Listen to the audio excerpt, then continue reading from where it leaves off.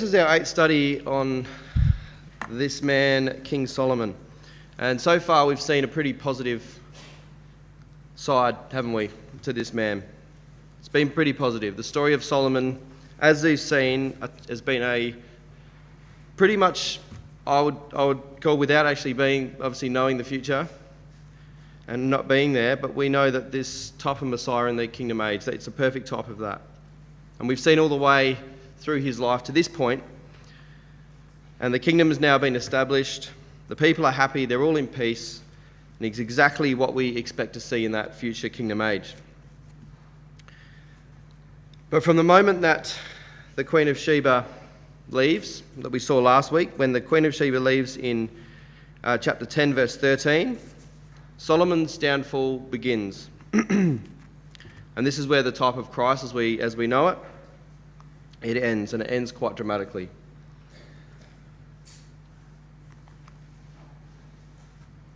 So throughout his life, we can narrow down his life to 3 sections of time, 3 epochs, if you like, all which coincide with a warning from God.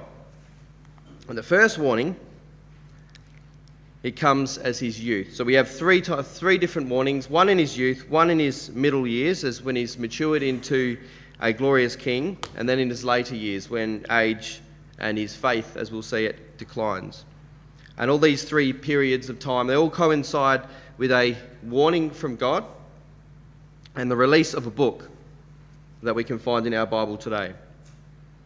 We find that after the very famous story in his early reign when he travels to Gibeon to worship, and then in the dream that night, Yahweh appears to him and grants him wisdom. And in 1 Kings 3 verse 14 has a warning in it. It's very subtle. It's a very subtle warning. It's not really much of a warning at this stage. But it says, if you walk in my ways to keep my statutes and my commandments, as thy father David did, then I will lengthen your days. So that's a pretty positive message, really. There's not much of a warning in that. But he says that if you walk in my ways, I will lengthen your days. Lengthen your days. And there's always a consequence to every action. But Solomon, he's young, he's inexperienced, so God gives him the benefit of the doubt. And this period, as you can see on the screen there, it coincides with the Song of Solomon, which I believe he wrote in his early years. It's a beautiful story depicting the bride and groom. The second period of Solomon's life, that comes directly after the dedication of the temple. He's now mature, he's a good king, we know that. He's done all that his father asked, he built God's temple and was about to start his reign in peace without anything left to do but make the land magnificent.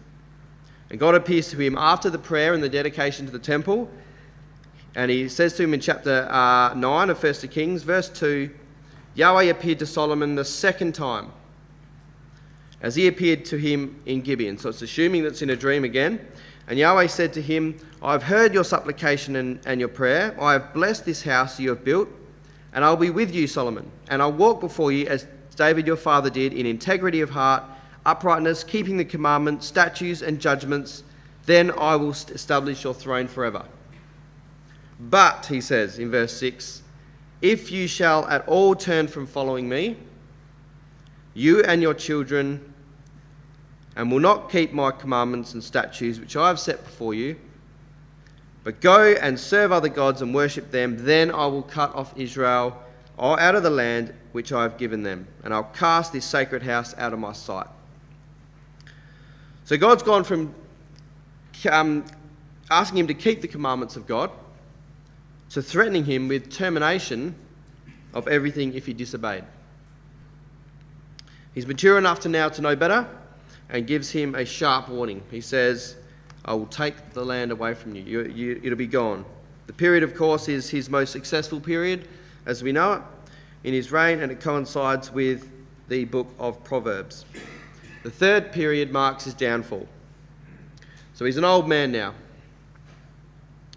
And age, well, when I say he's an old man, he's only probably in his 50s and 60s, late 50s, and age is not being kind to him at all. We'll see that next week. And after the events of chapter 11, which we read tonight, God appeared to him again in verse 11 to 13. It says, Wherefore Yahweh said unto Solomon, For as much as this is done of thee, and thou hast not kept my covenant and my statutes which I have commanded thee, I will surely rend the kingdom from thee and give it to thy servant. Notwithstanding in thy days, I will not do it for David thy father's sake. I won't do it in your day, but I will rend it out of the hand of your son. Howbeit, I will not rend away all the kingdom, but will give one tribe to thy son, for David my servant's sake, and for Jerusalem's sake, which I have chosen. A third warning. It's not really a warning, is it? It's really, God's now telling Solomon that judgment is now coming upon him. I've already warned you twice, Solomon. I'm angry with you this time. And this is the third period of his life, and his spirituality, his attitude, it's all changed. And this time and his thoughts are written down from that period, and we know that from Ecclesiastes. This is from the last few days of his life. 3 warnings, 3 epochs of time, starting with, if you'll keep my commandments, I'll lengthen your days, to, if you don't keep my commandments, I'll take the kingdom from you, and now you have not kept my commandments. The kingdom is gone. And from my point of view, this is an absolute tragedy from what this man has gone through, and what all the positive stuff we've seen from him.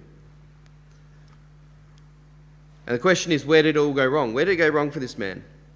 And we always associate the downfall of Solomon solely to his wives, dragging him down, and ultimately it was. That's what we read, that it was them that took his heart away. But it wasn't the only thing that displeased God. He had started going down a path that led to his demise before that. After his meeting of Queen of Sheba, which we saw last week, Solomon went on a rampage.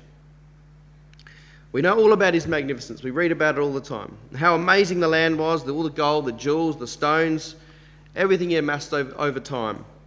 And we can only marvel at this amazing empire that he had built. But some of the lengths that he went to weren't exactly pleasing to God. He even says in Ecclesiastes, which we're going to deal with next week, there's nothing new under the sun. There's nothing new. But how does he know that?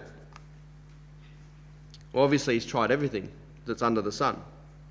There was not one stone that was left unturned for this man when it came to his quest for making the kingdom of Solomon the greatest.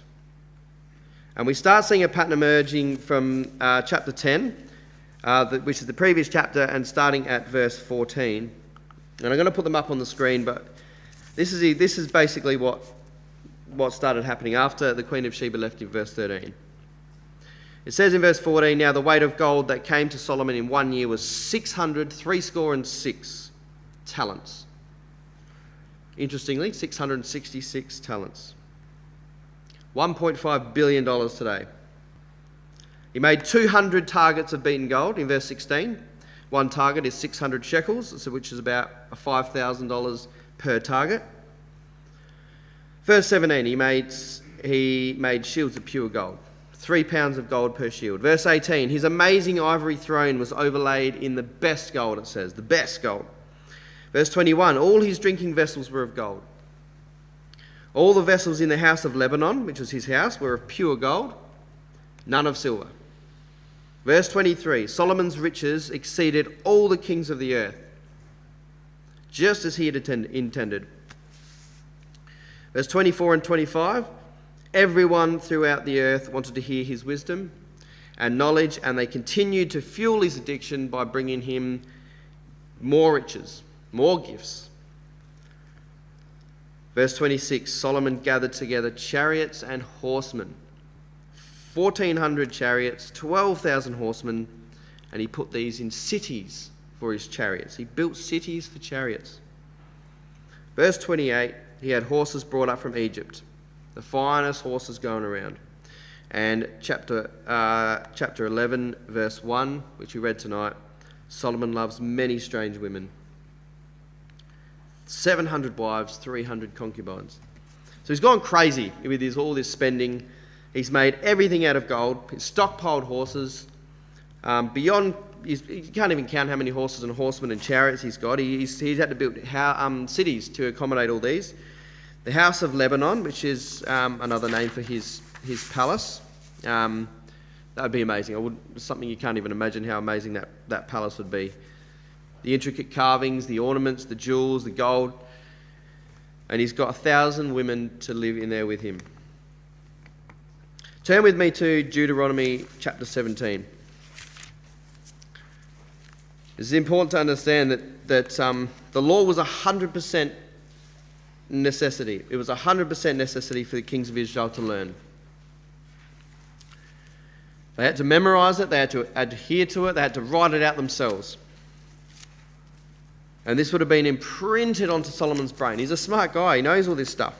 From a small child, he would have retained it weekly, and Nathan would have taught it to him as well. God and the priests and all that would have reiterated this part of the law to him. Deuteronomy 17, let's start at verse 14.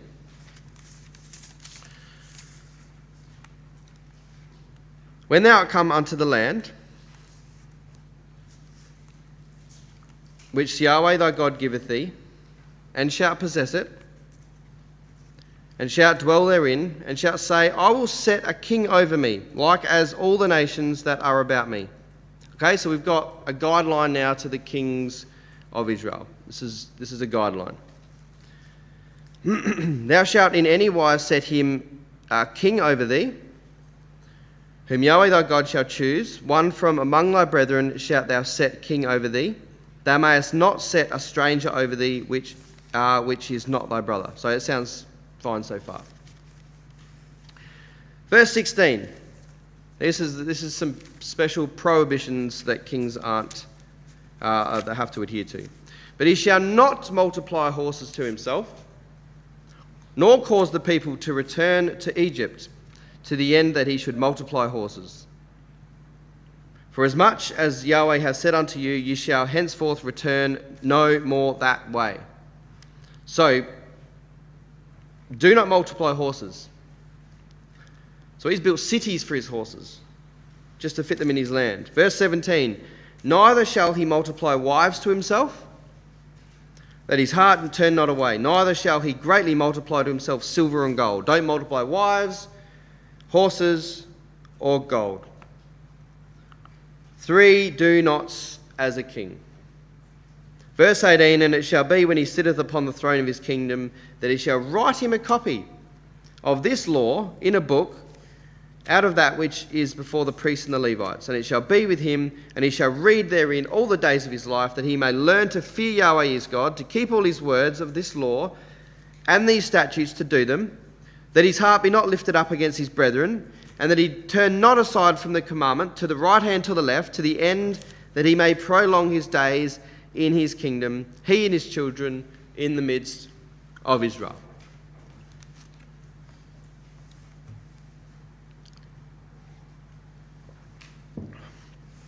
So reading that, Solomon knows these words in Deuteronomy.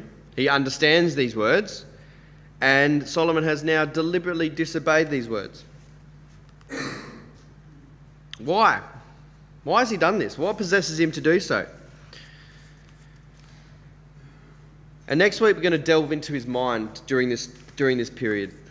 And when we look into his sort of frame of mind during this time, he's done exactly what me and what you and all of us have done in our time here on earth. And that is not completely believe the words we read. Solomon thinks he knows better, and he's out to prove it. He's gone from doing everything his father has told him in his early life, doing everything that God told him to do, everything God wanted him to do in his early kinship when he built the temple, he proclaimed the glory of God. We know all this, and now he's doing everything for himself. The lust of the eyes, the lust of the flesh, the pride of life, they're all coming out now as he realises that he can have anything he wants. We read that in chapter 10. He's just going on an absolute splurge. So we come to chapter 11, and we read in verse 1. But King Solomon loved many strange women, together with the daughter of Pharaoh, women of the Moabites, Ammonites, Edomites, Zidonians, and Hittites. There's a bit to unpack here. Well, first is the obvious. He says he loves many strange women, besides the daughter of Pharaoh. Now, we looked at this a few studies back, but her relationship with Solomon was very good, and her relationship with God was good. She was a good woman. So it's beside this woman, he had a lot of women from all over the shop. And these are the foreign gods that he was involved with, and they were involved with. So we got Moabites, we got Chemosh, he's sort of the son of the god of the sun. The Ammonites, Milcom and Molech, and the people of Molech are a pretty nasty bunch. Probably know about them from sacrificing children before Molech and burning them alive, basically. The Zidonians, Ashtoreth and Baal. Baal's the god of fertility. Hittites, Tahun, Arena, and Inara. They're sort of gods of the storm and of the sky, things like that.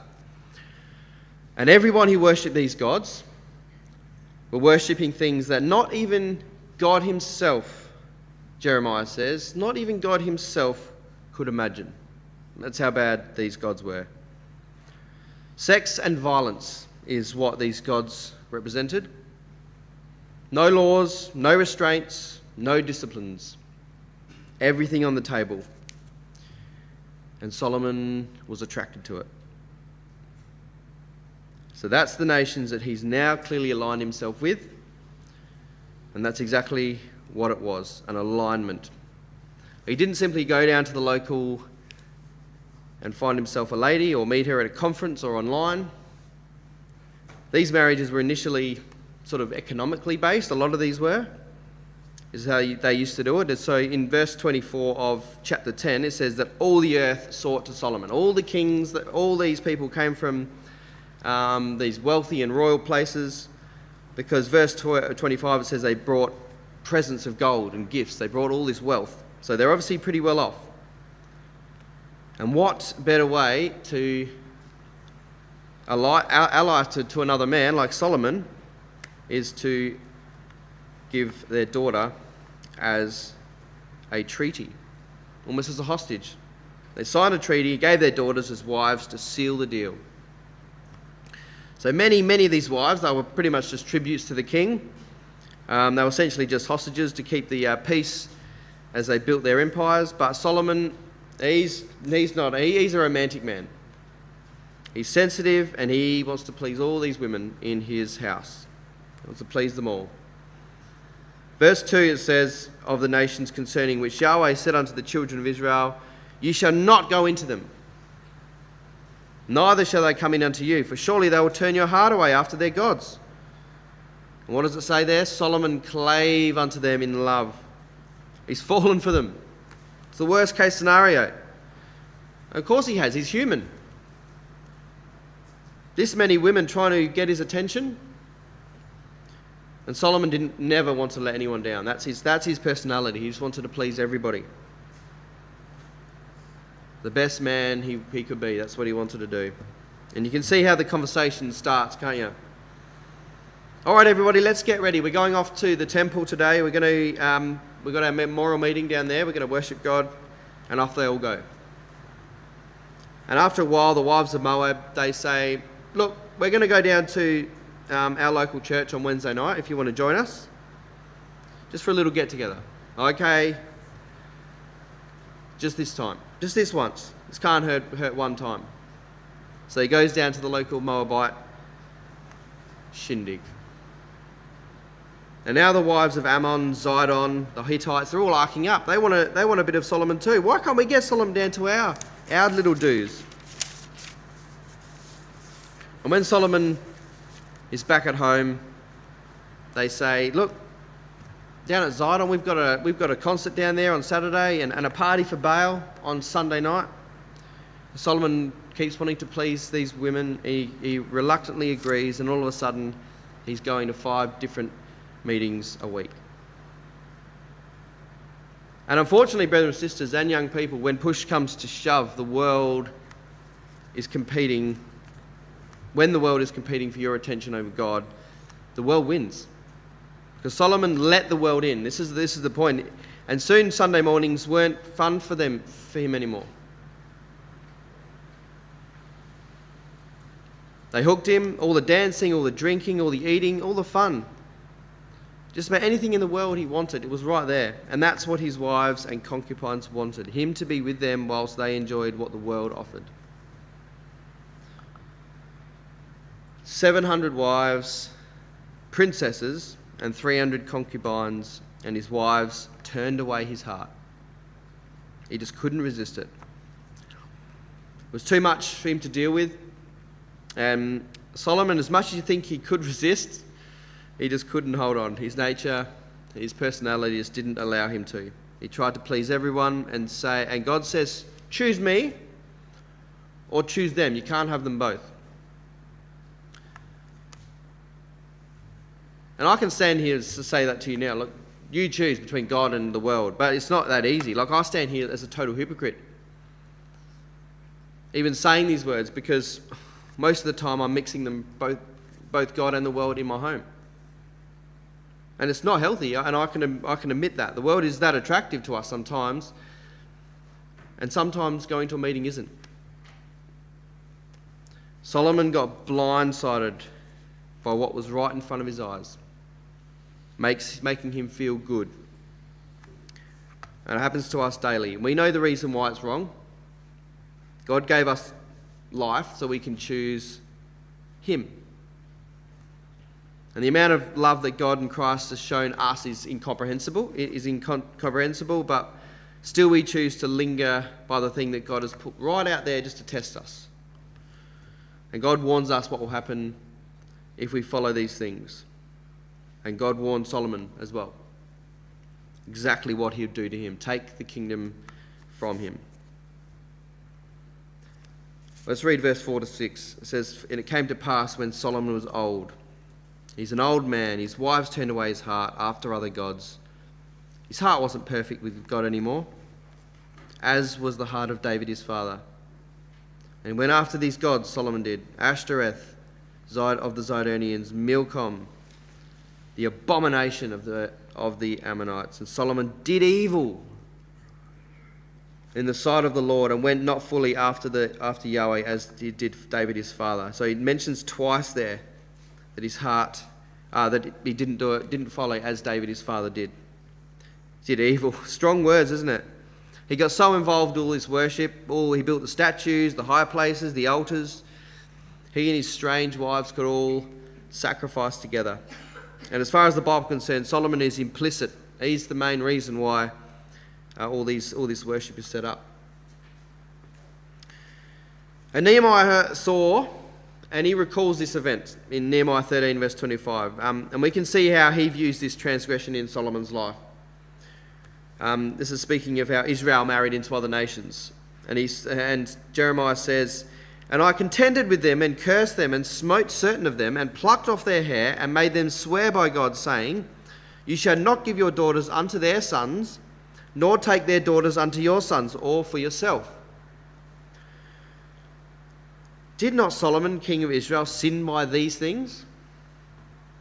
Yet among many nations was there no king like him, who was beloved of his God, and God made him king over all Israel. Nevertheless, even him did outlandish women cause to sin.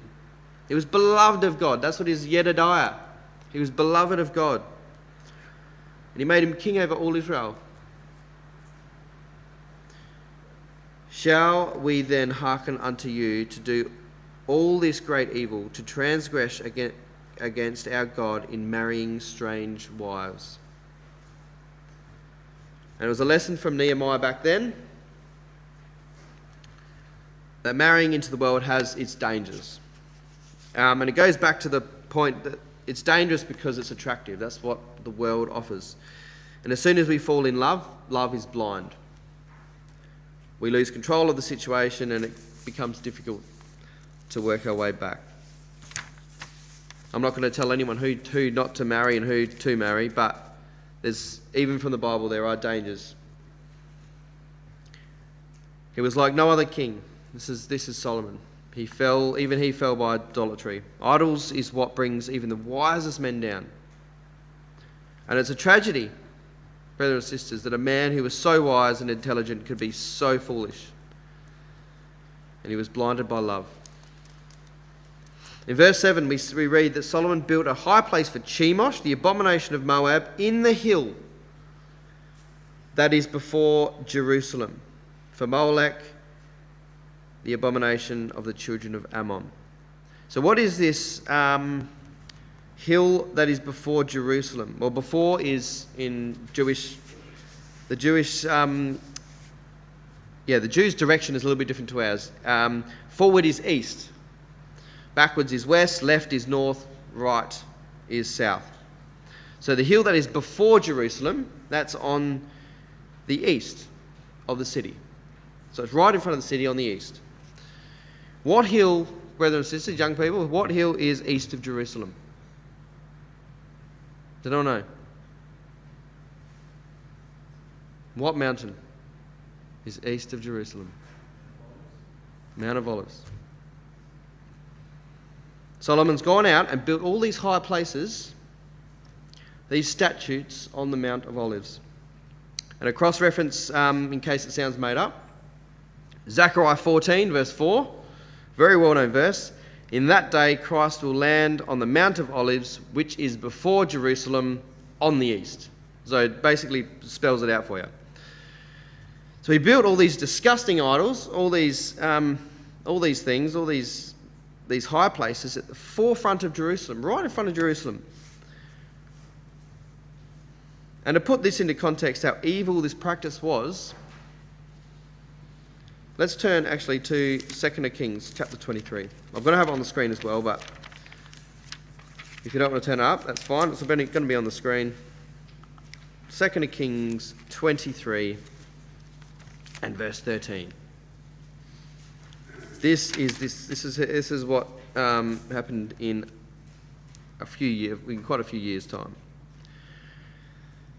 And the high places that were before Jerusalem, which were on the right hand of the Mount of Corruption, which Solomon the king of Israel had built for Ashtoreth, the abomination of the Zidonians, for Chemosh, the abomination of the Moabites, Milcom, the abomination of the children of Ammon, did the king defile. So it wasn't until Josiah was king that he finally removed all these shrines from the Mount of Olives. Literally hundreds and hundreds of years later. That's how long they've been sitting there. And all that time, these idols, they're just sitting there available for anyone to worship that walks past. Right there at the forefront of Jerusalem. And when we think about all the kings of Israel and Judah who were evil, our minds automatically go straight to Jeroboam, doesn't it? Jeroboam, what was his name known for? Jeroboam, the son of Nebat, who caused Israel to sin. And as bad as Jeroboam was, we know that, leading the nation to sin in awful ways. That's what he did. He wasn't really the one who caused Israel to sin. It was this man Solomon. He's the one who started it all. It was Solomon who caused everyone to sin after him. Setting up all these shrines, these high places, from the beginning of the demise. The idolatry wasn't rooted out of the nations until Josiah came. And by that, how much damage was done by then. And because of Solomon, they literally changed the name of the Mount of Olives to the Mountain of Corruption. It was a tragedy. It's an absolute tragedy that Israel suffered for years and years because of this man Solomon, who was so prominent. That's why it hit so hard. It was prominent. He made everything so much harder for this nation. He was the mighty King Solomon.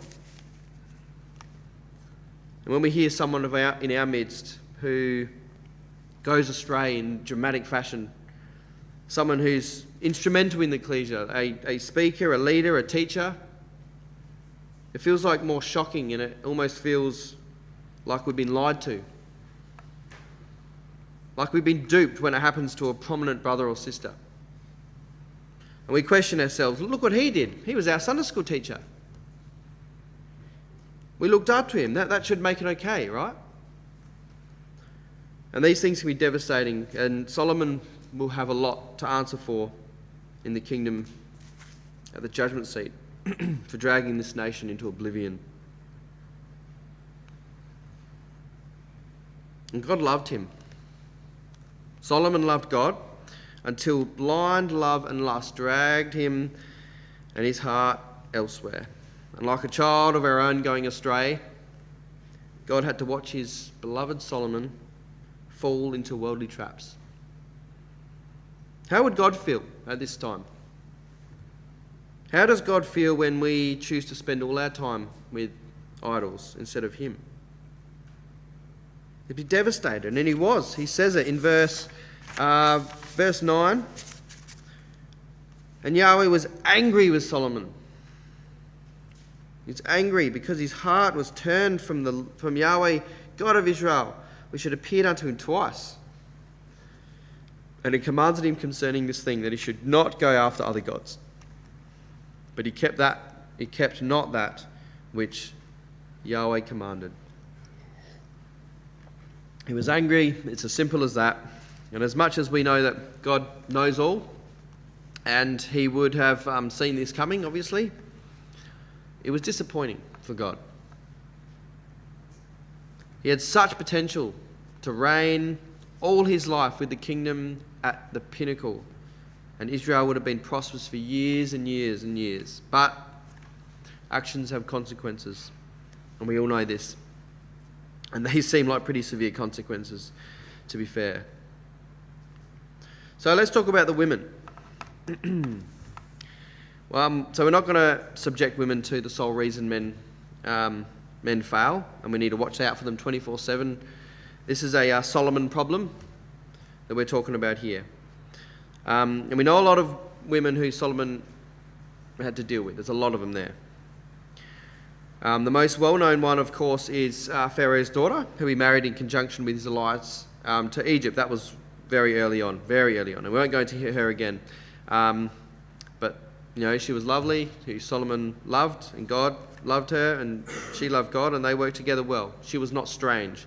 She was special. There's one other woman who we do know about. She's a bit less known, is Naamah. And she was involved with Solomon from a very early age, probably before he was even king. And we know that. Because he was in about his late teens, maybe about 20, could be early 20s, we're not 100% sure, when he was coronated. So therefore he married very early in his life, because we're told in 1 Kings 14 verse 21 that Rehoboam, the son of Solomon, reigned in Judah. This is once Solomon had died. So he reigned in Judah. Rehoboam was 41 years old when he began to reign, and he reigned 17 years in Jerusalem. And his mother's name was Naamah. Now 41 years he began to reign. And Solomon reigned for 40 years. So Solomon reigned for 40 years, and this bloke, the son, was 41. Maths only tells you that he was about 1 year old when Solomon began to reign, the son of the king. So a very early marriage and parenthood for the young man, who had a lot on his plate at this time for a very early age. All these things that happened with Adonijah and Joab whilst having a family. He was a romantic man from a very young age, and who knows, maybe the Song of Solomon was written during this period before he became king. Maybe about his wedding to Naamah. So a lot of things are more speculation with her. And Naamah is spoken about as being there when Rehoboam dies. That's 40 years later, in 1 Kings 14 verse 31, which means she was very old when she eventually died.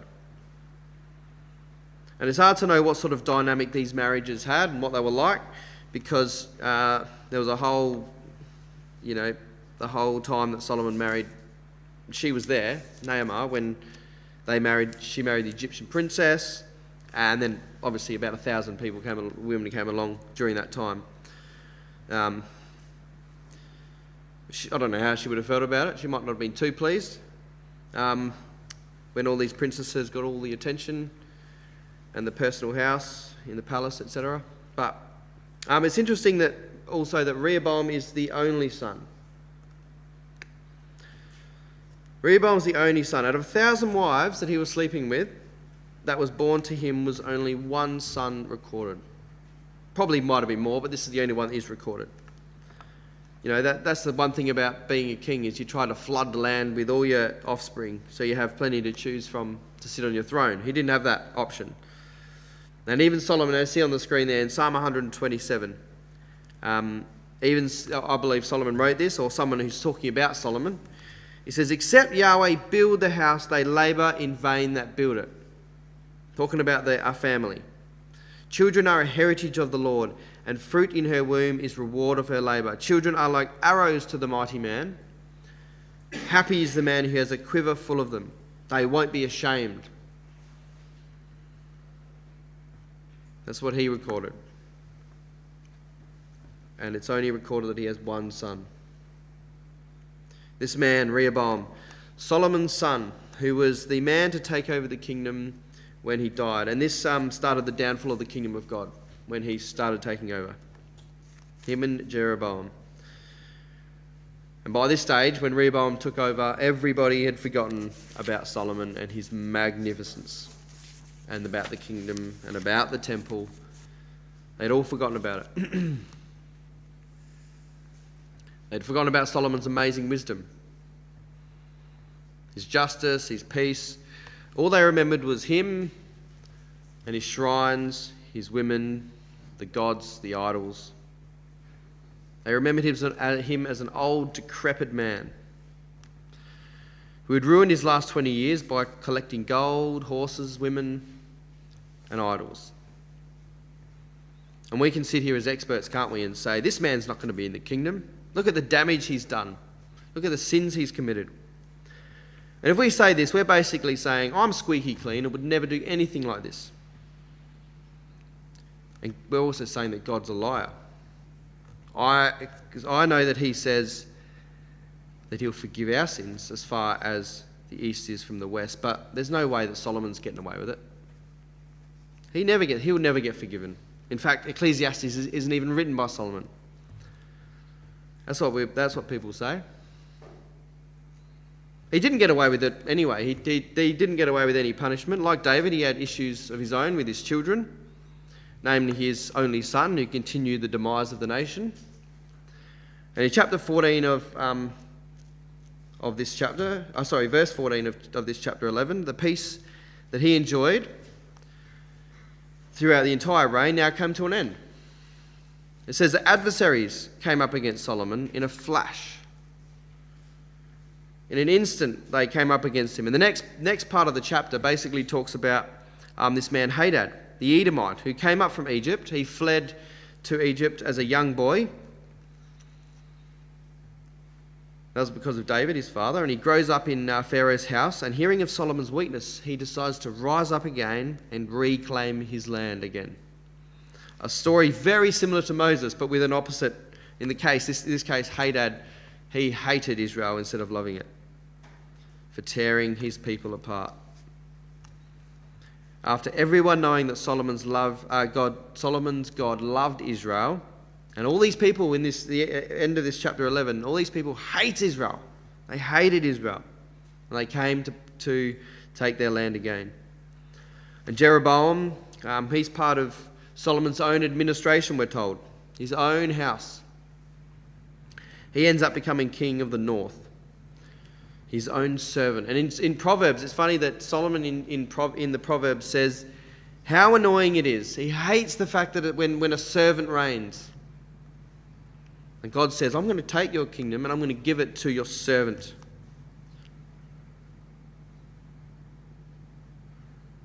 And a lot of circumstances arose in Jeroboam's life, from being in Ephraim, who hates Jerusalem, from being a born leader. He rose up against Solomon right under the nose of this foolish king, until Solomon died and Jeroboam had all the votes from his followers to get the nod as next king. And by the time he awoke to the uprising, he tries to get him, but Jeroboam by that stage heads to Egypt. And Egypt, you would think that would be an alliance to Solomon. He married one of the daughters there. But by this stage, all the enemies of Solomon has allied themselves to Egypt. So how the tide has turned, and it's a sad, sad story. It's a very sad ending to Solomon's life, who we still well know. Even at his death, it talks about his wisdom. In our last class, God willing, we're going to look at this book he wrote at the end of his life in Ecclesiastes. We'll see what his frame of mind was concerning all the things that he had done, the evil that he did, and how he felt about his life as a whole. And in turn, how we view Solomon's life, his mistakes, and how our life is actually quite similar to this man on much smaller scale. Thank you.